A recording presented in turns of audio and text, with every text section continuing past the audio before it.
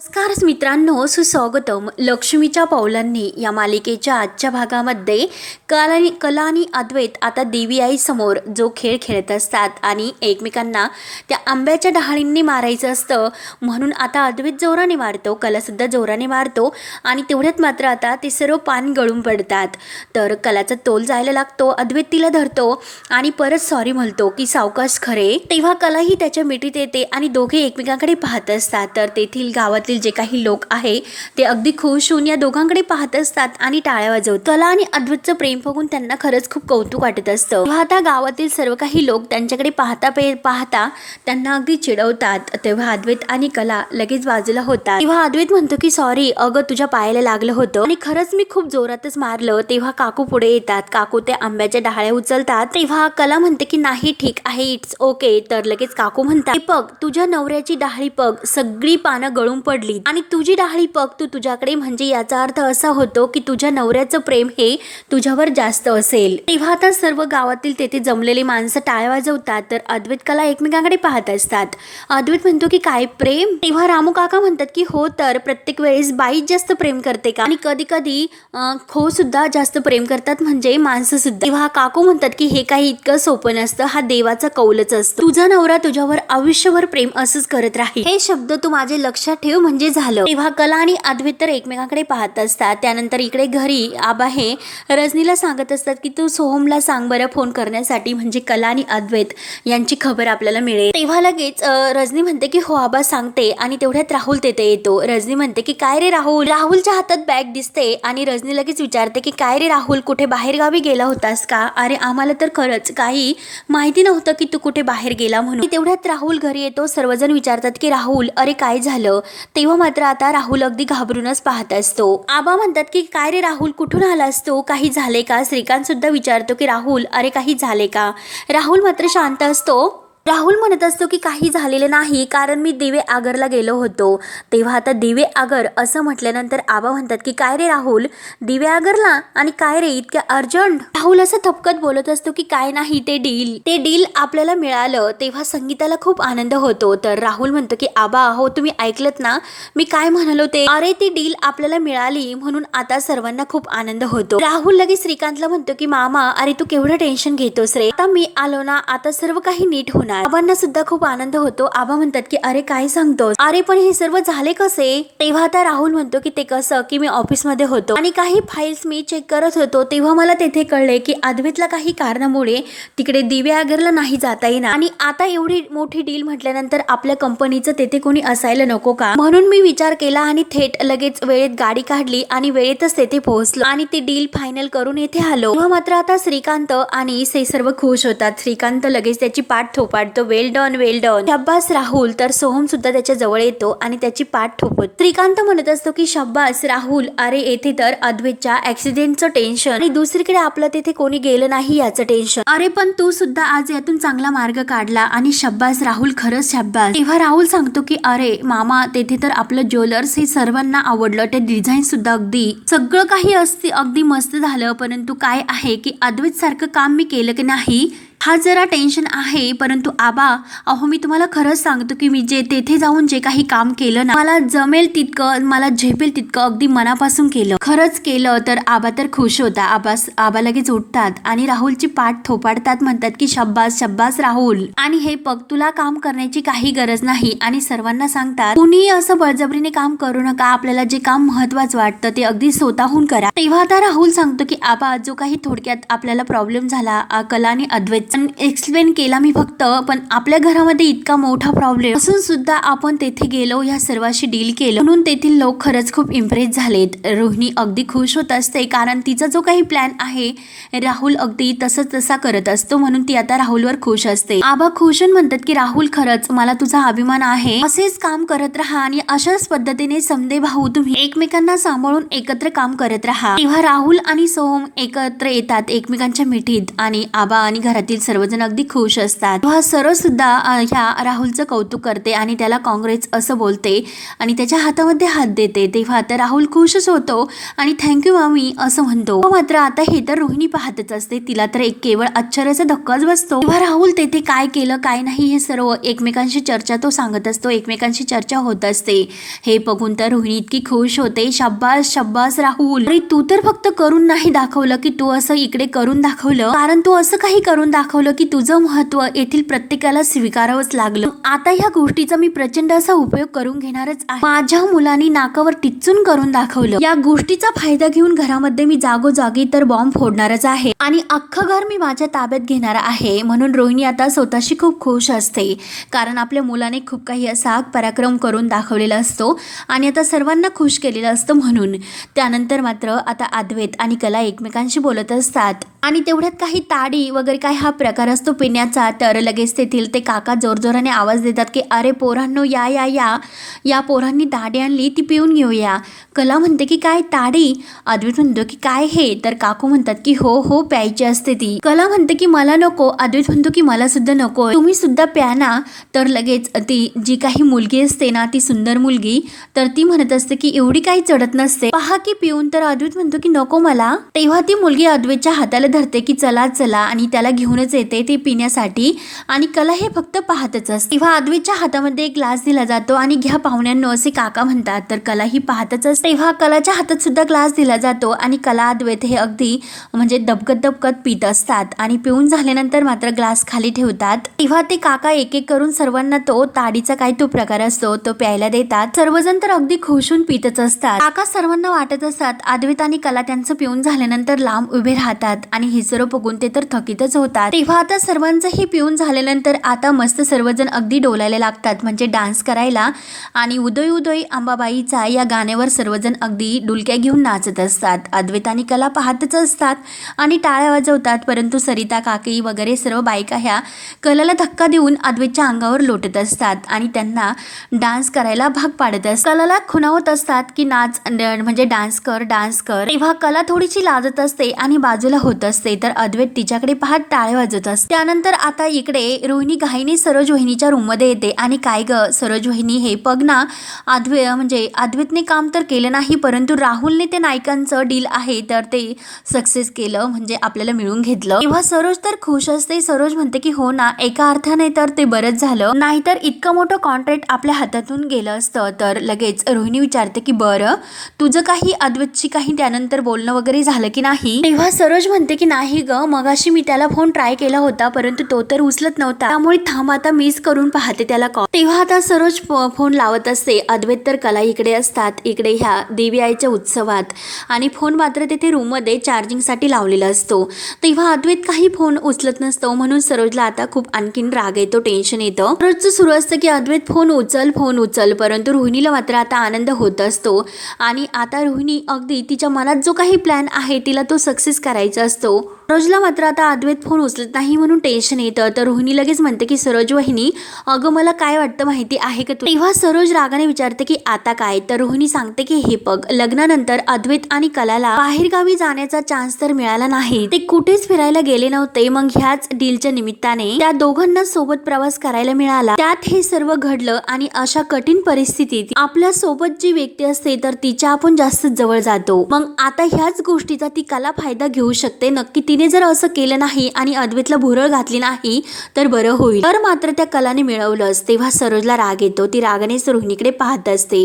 रोहिणी म्हणते की अगं तुला माहिती आहे ना ती कला किती पाताळ यंत्री आहे, आणि त्यात म्हणजे आपला अद्वैत त्या कलाच्या कचाट्यात अडकला दिवस रात्र. परंतु त्यात मला असं वाटतं की सरोज वहिनी, अगं तू करायला तर गेली एक, परंतु घडलंय मात्र काही वेगळं. म्हणजे हेच बघ ना अगं, तू त्या दोघांना दूर ठेवण्यासाठी हा प्लॅन केला होता की अद्वैतला तू मुद्दाम दिवे आगरला पाठवायचं ठरवलं होतं की काही करून ते दोघं वेगळं राहतील म्हणून. पण तर झालं काय, ते तर आणखीनच जवळ आले एकमेकांच्या. अगं तू कला आणि अद्वैतचं बोलणं फोनवर सगळं काही ऐकलं ना? तर अद्वैत काय म्हणत होता की कला हळूच चल, माझा हात पकड, लागेल तुला, पडशील तू, असं काहीतरी तो म्हणत होता. म्हणून आता रोहिणी मुद्दाम सरोजचे आणखीन कान भरत असते आणि तिचं टेन्शन वाढवण्याचा प्रयत्न करत असते की जेणेकरून ती अद्वैत आणि कला या दोघांना काही करून वेगळं करेल. तेव्हा मात्र आता रोहिणी म्हणत असते की हो ना अगं सरोज वहिनी, वहिनी ते सर्व ऐकून मला इतकं इरिटेट झालं. तेव्हा आता सरोजला हे सर्व ऐकून रोहिणीचा खूप राग येतो. रोहिणीला रागाने म्हणते की रोहिणी अगं बाद झालं आता हे सर्व, मला इरिटेट होतंय आणि हे बघ माझ्या मुलावर पूर्ण विश्वास आहे, तो काही असं वेडवाकडं नाही वागणार. तेव्हा रोहिणी म्हणते की हो ना तुझं तर बरोबर आहेस, पण तरी सुद्धा सरोज वहिनी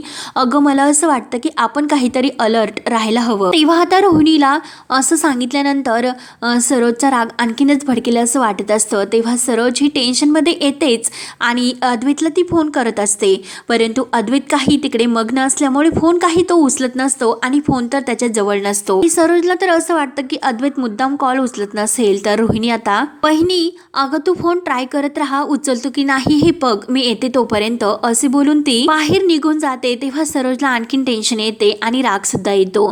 त्यानंतर मात्र इकडे आता ते जे काही ताड वगैरे काय असतं ते पिऊन सर्वजण अगदी दारू पिल्यासारखं नाचत असतात. अगदी नशा चढल्यासारखी त्यांना होत असते आणि अद्वैत आणि कला तर हे सर्व बघूनच असतात, ते टाळ्या वाजवत असतात. तर आता ती जी काही एक सुंदर मुलगी असते ती अद्वैतच्या जवळ येत असते आणि मुद्दाम ती धक्का देते आणि परत अद्वैतीला थोडंसं धरून वाचवतो. तेव्हा लगेच ती अद्वैतला म्हणते की थँक्यू बरं का. तर अद्वैत म्हणतो की काही नाही आणि लगेच आता कला आणि अद्वैत हे शेजारी असतात आणि ती मुलगी परत त्यांच्या मध्ये येत असते. तेव्हा मात्र आता ज्या काकू असतात तर ते पुन्हा जे काही ग्लास भरलेले असतात तर ते घेऊन येतात. अद्वैत म्हणतो की मला नकोय, तर कला सुद्धा म्हणते की मला नकोय. तेव्हा आता दोघे सुद्धा एका सोबत म्हणून जातात की तुला घे, तर दोघे परत एकमेकांकडे पाहतात. अद्वैत म्हणायला जातो की तू घे, तर कला सुद्धा त्याच वेळेस म्हणते की तू घे आणि परत दोघे एका सोबत म्हणतात की नको. तेव्हा ती सुंदर मुलगी म्हणते की नाही, असं किती वेळा म्हणतात, तुम्हाला प्यावंच लागेल. म्हणून आता ती स्वतः अद्वैतला तो ग्लास पिण्यासाठी देते आणि कला ही पाहतच असते की नक्की ह्या मुलीचं काय चाललं ते. म्हणून आता अद्वैत लगेच त्या मुलीच्या हातातील ग्लास घेतो. तेव्हा ती मुलगी म्हणते की डोळे बंद करा आणि पिऊन टाका. तेव्हा आता कलाला हेच कळत नाही की ही मुलगी काय इतका आग्रह यांना करत असेल. तेव्हा अद्वैत त्या मुलीचा ऐकतो आणि लगेच डोळे मिटून सर्व काही पिऊन घेतो. तेव्हा अद्वैतला पूर्णपणे ती भांग अशी चढल्यासारखी होते आणि कलाही त्याच्याकडे पाहतच असते. अद्वैत तर लगेच डान्स करायला सुरुवात करतो. अगदी तेथील जे काही गावातील अगदी सर्वजण आहेत तर ते अगदी हे पिऊन भांग पिल्यासारखं, दारू पिल्यासारखं नशा त्यांना चढते आणि त्या देवीच्या उत्सवात सर्वजण अगदी एक मन लावून नाचत असतात. तेव्हा आता कला पाहतच असते की अद्वैत सुद्धा यांच्यात सामील झालाय म्हणून. त्यानंतर मात्र आता इकडे घरी राहुल आणि रोहिणी तर खूपच खुश असतात आणि ते सुद्धा अगदी दारू पीत ड्रिंक्स करत आपला हा एन्जॉय आनंद व्यक्त करत असतात. एकमेकांना चेअर्स करत एकमेकांसाठी ते ग्लास भरतात आणि राहुल खुश होऊन आपल्या रोहिणीला मम्माला म्हणतो की मम्मा अगं खरंच मला आज इतकं भारी वाटतं, काहीतरी वेगळं वाटतं, ते डील केवळ आज माझ्यामुळे फायनल झालं. तसतशी रोहिणी तर खूपच खुश होते. राहुल म्हणतो की असं खूप असं कम्प्लीट वाटतं. तेव्हा आता रोहिणी म्हणते की चला हे तर केवळ आपल्या प्लॅन प्रमाणे झालं, दुसरा सुद्धा आपला प्लॅन जास्त सक्सेसफुल झाला असता तर जास्त आणखीन बरं वाटलं असतं. ते कसे काय वाचले हेच माहिती नाही. तर लगेच राहुल म्हणतो की हो ना मम्मा, थोडक्यात आपला नेम वाचला. अगं मम्मा, दोन्ही जरी आपले प्लॅन सक्सेसफुल झाले असते ना. तर लगेच रोहिणी म्हणते की it's okay Rahul, it's okay. अरे एक ट्रम आपण जिंकलो तर दुसरी सुद्धा नक्की जिंकू. मी तुला खरं सांगू का, अरे माझा आनंद फक्त त्यात नाही. अरे आज मात्र ती सरोज इतकी तडफडत होती आणि तिच्या त्या तडफडीने मला इतका आनंद होत होता. जो काही आनंद मला झाला तो आनंद मी शब्दात वर्णन करू शकत नाही. आयुष्यभर तिने माझ्यावर हक्क गाजवला, माझ्या या साम्राज्यावर ती हक्क गाजून बसली. मग तिच्या हातातून जो काही हक्क आहे ते सर्व मला काढून घ्यायचे आणि तिच्यामुळे डॅड जो काही तिला मान देतात आणि तिला असं डोक्यावर चढून ठेवतात ते तर मला अजिबात पटत नाही. माझ्या मनाविरुद्ध माझे लग्न लावून दिलं तिने आणि मला या घरातून कायमचं हकलून दिलं होतं. पण जेव्हा मी परत आले तेव्हा तिने प्रत्येक वेळेस मला जाणीव करून दिली की मी या घरामध्ये आश्रित आहे आणि त्याचाच बदला मला आता तिच्याकडून घ्यायचा होता. त्यामुळे मी तिला सोडणार नाही. माझा जो काही बदला आहे तो मी घेणार. तेव्हा आता राहुल म्हणतो की मम्मा अगं काय बोलतेस तू, आणि तुझ्या मनात मामीविषयी काय काय असं तू साठून ठेवलंस. तेव्हा आता रोहिणी म्हणते की अरे आयुष्य जेव्हा कडू अनुभव देतो ना त्याची चव अशी साठून नाही ठेवता येत. अरे ती चव मग तेवढी तेवढ्यापुरतीच असते. अरे कडू चव तर आपल्या मनाच्या या कोपऱ्यापर्यंत रुजून बसते. ती सरोज इतकी हट्टी आणि हेकेखोर आहे की तिला जे काही करायचं असतं ते स्वतःच्या मनानेच करायचं असतं. अतिशहाणी आहे ती आणि सगळं काही तिला स्वतःच्या हातातच ठेवायचं असतं आणि स्वतःचाच हक्क त्यावर गाजवायचा असतो. आणि तिची ती सून सुद्धा अगदी तिच्यासारखी आहे, स्वतःचाच हक्क गाजवणार. त्यामुळे त्या कलाला सुद्धा आपल्याला लायकीतच ठेवावे लागणार, नाहीतर ती सुद्धा ह्या सरोज वहिनीसारखं आपल्या डोक्यावर मिऱ्या वाटेल. वेळीच असं तिला आपल्याला गप्प करावं लागेल. त्यावर आता लगेच राहुल म्हणतो की हो ना मम्मा, तू अगदी बरोबर बोलतेस. त्यामुळे मम्मा अगं तू काही काळजी करू नको, आपण असा काहीतरी प्लॅन करू की ती कला कायमची या घरातून बाहेर पडेल, शक्यच झालं तर या जगातून सुद्धा. त्यानंतर मात्र आता इकडे अद्वैत आणि कला हे एकमेकांशी बोलता ते जे काही ते असतं ते पिण्याचं भांगसारखं दारूसारखं ते पित असतात. त्या दोघांमध्ये असं चालू असतं की 1 2 3 साडेमाडे 3. तेव्हा लगेच अद्वैत म्हणतो की मी म्हणायच्या आतमध्ये तू पेलीस, आणि ते काही जे गाडगं असतं तर त्या गाडग्यामध्ये हे सर्व पित असतात. कला म्हणते की नाही तू चेटिंग केली. दोघांना इतकं चढलेलं असतं की काय नक्की काय हे. तेव्हा आता अद्वैत म्हणतो की असं आहे होय, मग काय आता. तेव्हा कला हसून त्या नशेमध्ये म्हणते की मग आता आपण दोघे पिऊयात. तेव्हा ते दोघेही खूप असं ते पित असतात आणि अगदी त्यांची नशा त्यांना पूर्णपणे चढून गेलेली असते. तेव्हा आता दोघे एक सोबत बोलतात की 1 2 3 साडेमाडे 4, आणि त्यातून ते दोघे आता एकमेकांशी हसत असतात, बोलत असतात आणि आता मात्र मज्जा आली असं म्हणत असतात. तेव्हा कला म्हणते 1 2 3 3 नाही. कला म्हणते असं की 1 2 3 गाडे गाडे मी, 1 2 3 माडे साडे, असं काही ते दोघं बोलत असतात कारण त्यांना नशा इतकी चढलेली असते. आणि असं करून करून एकमेकांचं जे काही ते गाडगं असतात तर ते सुद्धा बदलत असतात आणि परत ते 1 2 3 3 3 करत एकमेकांना गाडगे हाणतात आणि पित असतात. तेव्हा मात्र आता दोघे एकमेकांकडे पाहत असतात आणि पाहता पाहता समोर जी मुलगी असते तर ती अद्वैतकडे अगदी रोमॅन्टिक होऊन हसतच असते. तेव्हा अद्वैत सुद्धा तिच्याकडे पाहतो आणि हसायला सुरुवात करतो. तेव्हा कलाचं लक्ष अद्वैतकडे जातं आणि ती परत वळून त्या मुलीकडे पाहते आणि परत अद्वैतकडे पाहते. तेव्हा कला त्याला म्हणते की शिस्तीत राहा. तेव्हा अद्वैत म्हणतो की शिस्तीत, अगं मी तर शिस्तीतच आहे. कला म्हणते की चांदेकर, तर अद्वैत म्हणतो की हो ना चांदेकरच आहे. आणि अद्वैत म्हणतो की पग त्या मुलीकडे पग, अशा 56 मुली माझ्याकडे मरतात, पग तिची स्माईल पग कशी माझ्याकडे बघून स्माईल करते. तेव्हा अद्वैत लगेच उतरून त्या मुलीकडे येतो आणि ती मुलगी मुद्दाम त्याला आपल्या जवळ घेत असते, त्याला सावरते. आणि तेव्हा अद्वैत तिला विचारतो की तू नाही प्याली का ताडी, तर लगेच ती म्हणते की थोडीशी प्रसादापुरते प्याली मी. कला ती त्या दोघांकडे रागाने पाहत असते तर ती मुलगी म्हणते की साहेबांनो तुमका आवडली की नाही, म्हणजे तुम्हाला आवडली की ही ताडी. तेव्हा अद्वैत विचारतो की कोण. तेव्हा ती मुलगी म्हणते की ताडी, अहो अजून कोण. तेव्हा अद्वैत नशेत म्हणतो की हो ताडी, आणि खूप खूप आवडली. कला ही एकटक लावून त्या दोघांकडेच बघत असते. अद्वैत म्हणत असतो की ताडी सुद्धा आवडली आणि अजून खूप काही गोष्टी सुद्धा आवडल्या. तेव्हा अद्वैतचा तोल जातो. तेव्हा ती मुलगी त्याला धरते आणि कलाला आता खूप राग येतो. ती मुलगी विचारते की म्हणजे काय हो. तेव्हा अद्वैत म्हणत असतो की म्हणजे हेच की येथील झाडं, येथील माणसं, येथील घरं, रस्ते, आणि त्या मुलीचा अद्वैतच्या हातामध्ये हात असतो. हे बघून कलाला आणखीन राग येत असतो. घरातील माडी, घरातील प्लग, अजून खूप काही गोष्टी आवडल्या. आणि ती मुलगी पुन्हा अद्वैतच्या जवळ येते, विचारते अजून काय आवडलं. तेव्हा अद्वैत नशेमध्ये म्हणत असतो की येथील हवा. तेव्हा ती मुलगी अजून विचारत असते आणि त्याच वेळेस आता कला ही खाली उतरते आणि कला ही डायरेक्ट आता त्या दोघांजवळ येते आणि चांदेकरची कॉलर धरते. आणि काय रे चांदेकर, 56 पोरी मरतात, तू स्वतःच्या लग्नाच्या बायकोला नाही सांगायचं. तेव्हा ती मुलगी कलाकडे पाहत असते आणि कला अद्वैतला विचारते की काय रे, काय आवडलं रे तुला इथे. आणि लगेच ती तो काही त्या मुलीच्या हातामध्ये अद्वैतचा हात असते तर बाजूला घेते आणि काय रे तू आतापर्यंत तर येथे नाव ठेवत होता. तेव्हा अद्वैत तिला नशेमध्ये म्हणतो की मी नाव ठेवेल नाही तर काही करेल, तू जाब विचारणारी कोण, चल बाजूला हो. तेव्हा कला म्हणते की काय मी कोण. तेव्हा कला हसते आणि कला म्हणते की मी कोण, चल तुला दाखवते. तेव्हा थांब तुला दाखवतेस म्हणून कला पुन्हा त्या उंचावर ओट्यावर चढते. तर अद्वैत तिला म्हणतो की काय करतेस, पडशील. तेव्हा लगेच कला ही उंच उभी राहते आणि सर्व गावातील लोक तेथे जमा होतात आणि चल मी तुला कोण आहे हे दाखवते. तेव्हा आता गावातील लोक हे त्या कलाला खाली असे करत असतात.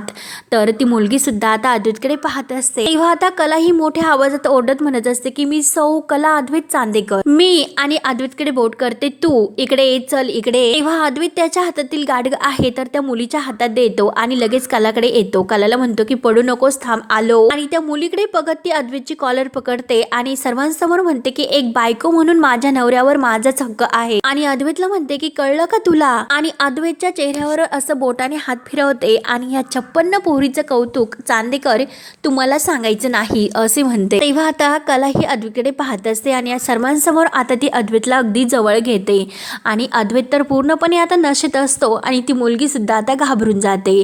तेव्हा आता नक्की कला आणि अद्वैत एकमेकांच्या अगदी जवळ आलेले असतात आणि या नशेमध्ये तर आणखीनच जवळ येतात. गावातील सर्व लोक अगदी आश्चर्याने त्या दोघांकडे पाहत असतात आणि हा भाग येथे संपतो. पुढील भागामध्ये अद्वैत आणि कला या दोघांना खूप काही अशी ही नशा चढलेली असते आणि त्या दोघांचं तू तू मोम हे जे काही भांडण आहे तर ह्या नशेमध्ये सुद्धा चालू असतं. तेव्हा जेव्हा रूममध्ये येतात तेव्हा सुद्धा आता अद्वैत तिला म्हणत असतो की 1 2 3 आणि तेवढ्यात त्याचा तोल जाणार. तर कला ही त्याला धरते आणि तो डायरेक्ट कलाच्या मिठीत येऊन पडतो. कला म्हणते की चांदेकर. तेव्हा मात्र त्यांना इतकी नशा चढलेली असते आणि ते आता एकमेकांकडे अगदी रोमांटिक होऊन पाहत असतात. अद्वैत सुद्धा कलाकडे आणि कला सुद्धा अद्वैतकडे. असं करता करता ते दोघेही आता तेथे नशेमध्ये त्या बाजीवरच झोपी जातात. कला ही अद्वैतच्या मिठीत झोपलेली असते आणि अद्वैत हा कलाच्या मिठीत अगदी मस्त असे झोपून गेलेले असतात. आणि त्याच वेळेस मात्र आता सरोजला काही चैन देत नाही. सरोज डायरेक्ट सोहमला घेते आणि सोहमला घेऊन तेथे त्या रूममध्ये येते. रूमचा दरवाजा उघडते आणि पाहते तर काही समोर अद्वैत आणि कला एकमेकांच्या मिठीत झोपलेले आहे. हे बघून मात्र सरोजला आणखीन राग येतो. सरोज जोरात ओरडते की अद्वैत. तेव्हा अद्वैत आणि कला हे उठतात आणि सरोजला बघून ते खूप घाबरतात. सोहम सुद्धा तेथे आलेला असतो आणि सोहमला आता ही दोघे एकत्र आहे म्हणून आनंद तर होतोच, परंतु सरोजच्या तळपायाची आग मस्तकात जाते आणि कला अद्वैत खूप घाबरतात. तेव्हा आता पुढे काय काय होत राहणार हे बघण्यासाठी आपल्या चॅनलला नक्की सबस्क्राईब करत राहा. धन्यवाद.